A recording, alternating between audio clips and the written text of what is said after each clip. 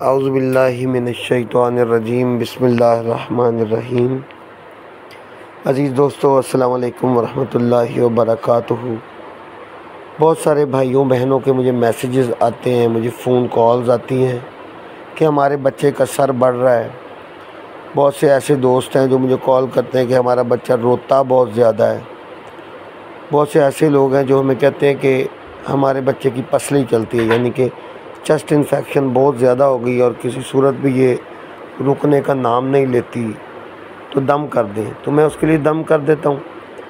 تو ایک عرض آپ لوگوں کی میں بارگاہ میں یہ کرتا چلوں کہ میں سوچا کہ ایک عملی آپ لوگوں کو دے دوں، ایک عملی پیش کر دوں آپ لوگوں کی خدمت میں۔ جہاں جہاں تک میری یہ آواز جا رہی ہے اس میرے بھائی میری بہن کو اس چیز کی اجازت ہے۔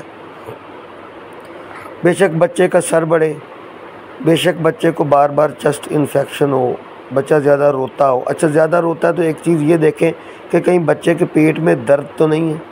اگر پیٹ میں درد ہے تو بچہ آپ ڈاکٹر کو چیک کروا لیں، یا آٹے کی ایک گولی بنا لیں تیل کے اندر، اور وہ تیل یا سرسوں کا تیل ڈال کے آٹے کو گوندھ کے اور وہ اس کے اوپر رول کریں، اس کے پیٹ کے اوپر، بچے کے اوپر اس گولی کو رول کریں، تو اس سے بھی بچے کے پیٹ کے اندر جو گیس ہوتی ہے اور پرابلم ہوتے ہیں نکل جاتے ہیں۔ باقی ان تمام چیزوں کے لیے، ان تمام بیماریوں کے لیے ایک عرض کرتا چلوں عمل آپ کی خدمت میں۔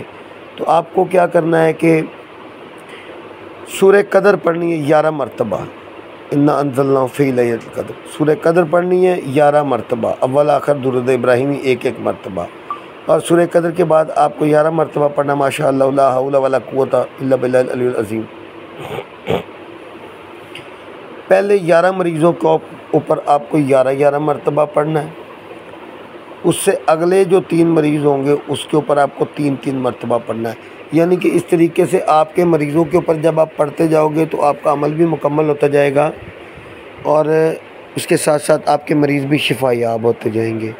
اور اس کے بعد تا حیات آپ کو ایک مرتبہ پڑھنا ہے سورہ قدر، اور ماشاءاللہ لا حول ولا قوۃ الا باللہ العظیم یہ پڑھ کے اول آخر ایک مرتبہ کوئی سا بھی درود پاک پڑھ دیں۔ پھر تو اس بچے کو دم کریں، لیکن اس کے لیے شرط یہ ہے کہ دم 3 دن متواتر کرنا ہے، یعنی 3 دن متواتر ہم اگر اس کو دم